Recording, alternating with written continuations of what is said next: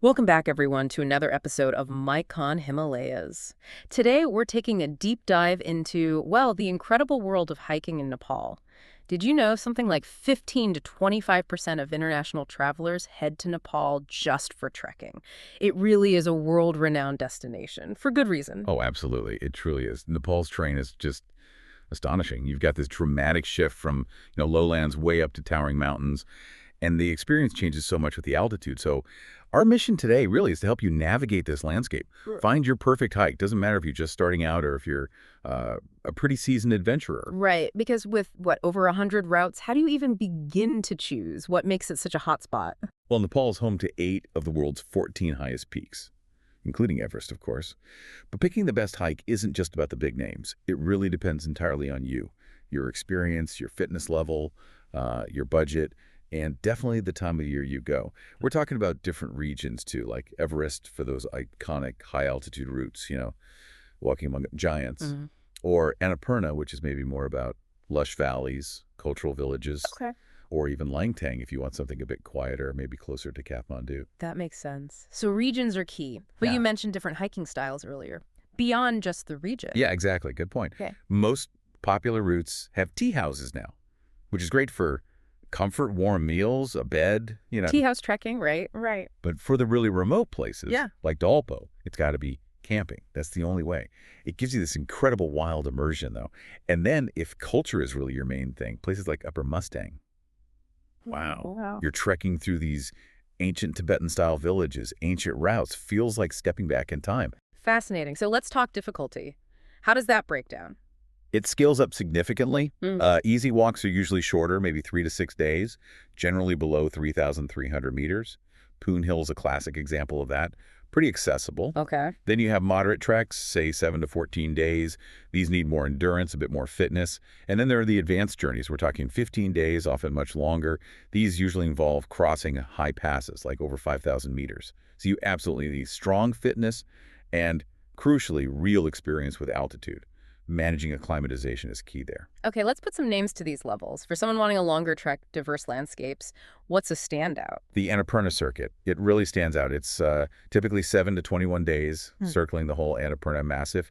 What's amazing is the variety. You start in lower subtropical forests, then move up through these incredible valleys into high alpine country. Wow, quite the transition. Huge transition. And you cross the Thorongla Pass, that's at 5,416 meters. Plus you visit Muktanath Temple, a really important pilgrimage site. And the views. Annapurna, 333, Dhaulagiri, just stunning peak views. It offers so much. Okay, the Annapurna circuit sounds incredible for variety, but for the real high-altitude enthusiasts, Everest region. Right. For experienced high-altitude trekkers, the Everest Three Passes trek is, well, it's seriously demanding. It's about 18 to 21 days. You cross 3 passes, all over 5,000 meters. Kamala, Chola, Renjola. 3 passes over 5K. Okay. Yeah. You get these unbelievable panoramic views of Everest, of course. You visit the beautiful Gokyo Lakes, but the terrain is rugged. It's tough. This one's definitely for people who know they handle altitude well and have done high treks before. Makes sense. What about something maybe a bit less known? Off the beaten path, but still with amazing mountain experiences. Then I point towards the Manaslu circuit. It's maybe 10 to 18 days. You circle the world's 8th highest peak, Mount Manaslu. It goes through quite remote villages, high alpine terrain. It feels more untouched, maybe. More remote feeling. Definitely. The highlight is crossing the Larkiala Pass at 5,106 meters. And for a deeper cultural dive, you can add the Sum Valley extension. Highly recommended. It offers unique insights into Tibetan Buddhist culture there. Okay, options for the adventurous. But what if you want something shorter? Maybe more cultural, less extreme altitude? Yeah. Near Kathmandu, perhaps? Absolutely. For culture and comfort without those high altitude demands, the Annapurna foothill trek is perfect. It's shorter, maybe 4 to 7 days. You walk through these charming Gurung villages like Ganjuk, really rich cultural immersion, and you can even find some quite nice luxury lodges along that route if you want extra comfort. Voice? Or for just a quick nature escape right near Kathmandu, the Sundarajal Chisapani Nagar Kot hike. It's a fantastic 3-day option, great forests, and Nagurko offers just stunning sunrise and sunset views over the Himalayas, weather permitting. Good options there. Now, timing is obviously critical. When should people aim to go?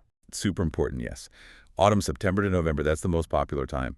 You generally get clear skies, mild temperatures, Ideal trekking weather. But popular means crowds, right? Exactly. Trails can get pretty busy, especially on the main routes like Everest Base Camp or Annapurna. Spring, which is March to May, is also excellent. You Yeah. get the rhododendrons blooming, which is incredible. Visibility is usually good too. Still popular though. So what about the other seasons? Winter or monsoon? Good question. Winter, December to February, can be great for lower altitude treks. It's colder, obviously, especially at night. But the trail's much quieter. You get crisp air, clear views often. A different feel. Sense of solitude, perhaps. Yes, exactly. And the monsoon, June to August. Well, it brings rain. Trails can be muddy, slippery, leeches can be an issue. But the landscape is incredibly lush and green. In certain areas, the rain-shadow regions like Upper Mustang and Dolpo are actually best during the monsoon because they're drier. Ah, okay, so even monsoon has its spots. Now, permits. This often feels a bit complicated. It can seem daunting, but it's vital. You definitely need to understand them. Most hikes require a couple of things. First, the TIMS card.